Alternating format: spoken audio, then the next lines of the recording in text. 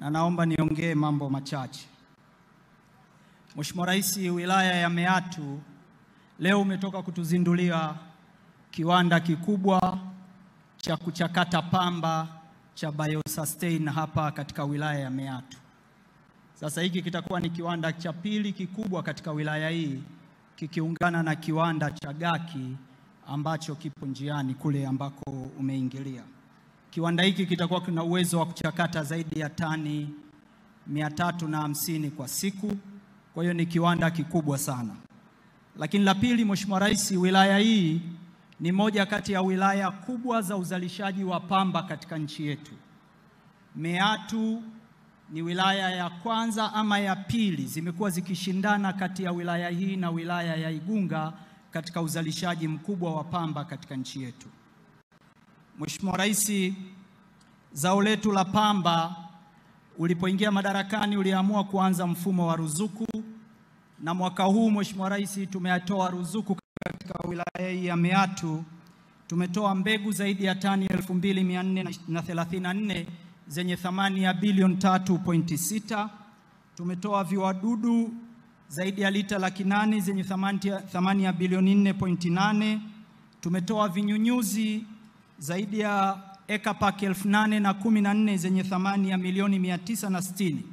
Lakini Mheshimiwa Rais, kwa kuwa uliamua kufufua zao hili, ulitoa matrekta.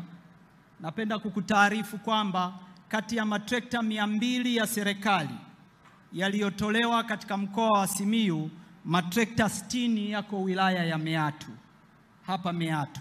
Na tumeanza programu hii mwaka huu katika msimu huu wa kilimo, ambapo uzinduzi nilikuja kufanya mwenyewe na nilifanyia jimboni kwa Mpina hapo kijijini kwao. Ndio nilifanya uzinduzi wa programu hii. Na wakulima wanalimiwa kwa bei ya shilingi 35,000.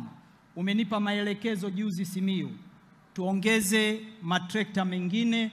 Mwaka huu tutanunua matrekta mengine 450, na nataka nitumie nafasi hii kuwaomba wakulima wote kwa maandalizi ya msimu ujao, nendeni mkajiorodheshe kwenye chama chenu cha msingi na wale maafisa ugani wa BBT, wakulima wote wanaotaka kulimiwa na serikali kwa njia ya ruzuku. Lakini jambo la tatu, na bei itakuwa ile ile shilingi 35,000 kwa ekari. Wakulima huku wanalimiwa kwa zaidi ya shilingi 60,000 mpaka 70,000.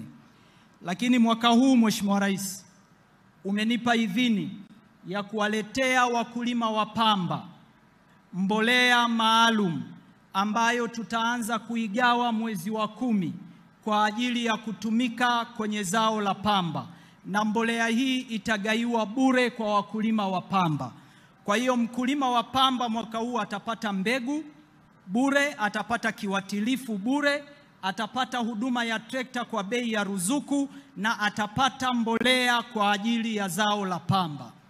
Mheshimiwa Rais, trekta ulizogawa hapa zina thamani ya zaidi ya bilioni 3.6, na tunataraji kutumia zaidi ya bilioni 3.6 zingine kwa ajili ya trekta kuja katika wilaya hii ya Meatu.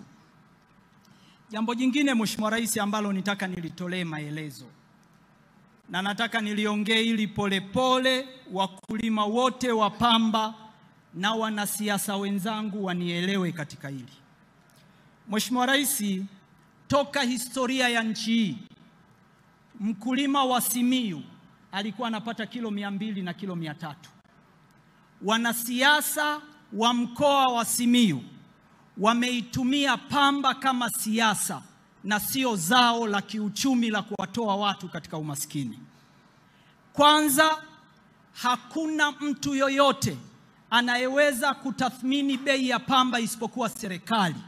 Hata wakiwa wanunuzi 500 kwenye kijiji, bei ya pamba inaamuliwa na serikali. Na mimi nataka nimuombe ndugu yangu Mpina hapa mbele ya wananzengo. Mimi na yeye tulishakubaliana Mheshimiwa Rais, atasema hoja zake nitazijibu hadharani, kwa sababu hakuna ambalo serikali inaficha. Mpina huyu aliua kitalu cha mbegu katika kijiji cha Mwabusalu kwa siasa hizi za kuwadanganya wananchi. Serikali ikakiondoa. Tuliweka kitalu, wananchi wale walikuwa wanapata zaidi ya milioni 250 mpaka milioni 320. fedha za ziada ukiacha bei. Akaenda kuwahamasisha wapande mahindi ndani ya katika hivyo vitalu. Hatuwezi kuruhusu mfumo huu ambao wanao, na mwaka 2019-20 alikuwemo kwenye serikali. Ni mmoja kati ya watu waliompotosha Rais Magufuli kumwambia kuwa bei ya pamba duniani ni juu, rais atangaze bei.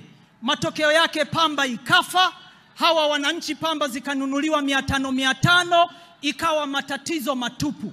Nataka nimwambie yeye na wanasiasa wote wa Simiyu, sintaruhusu mtu yoyote aharibu mfumo ambao tumeanza kujenga. Mwaka huu wilaya hii, Mheshimiwa Rais, pamba ilianguka mpaka tani 30,000.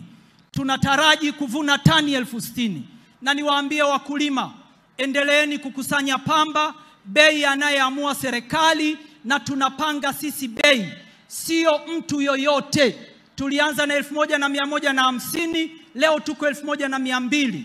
Mwaka jana tulianza na 1150, tukamaliza na 1700. Serikali itakuwa inatoa bei kutokana na mwenendo wa bei ya soko la dunia.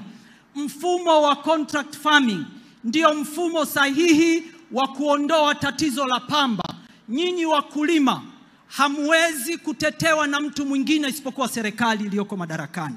Na nataka nirudie tena, niwaonye wanasiasa wote.